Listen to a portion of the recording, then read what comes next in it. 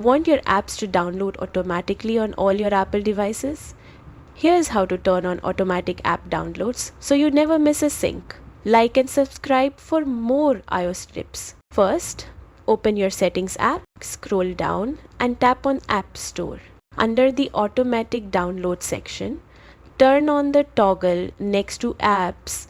You can also turn on App Updates here to keep all apps updated automatically. If you are using multiple Apple devices with the same Apple ID, this setting will make sure that when you download an app on one device, it appears on the others too.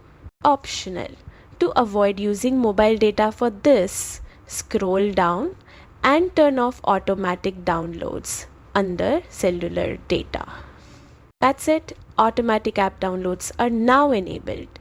Like and subscribe for more iPhone and iPad tricks.